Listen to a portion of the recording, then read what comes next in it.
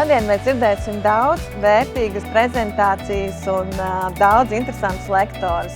Runāsim gan par agile coaching, gan par mākslīgo intelektu, gan par domas veidiem, kā arī es pati pastāstīšu par ICF Latvija kopienas nozīmi un attīstības virzieniem, kā arī par ICF Global. Starp citu, ICF Global šogad svin 30 gadu jubileju.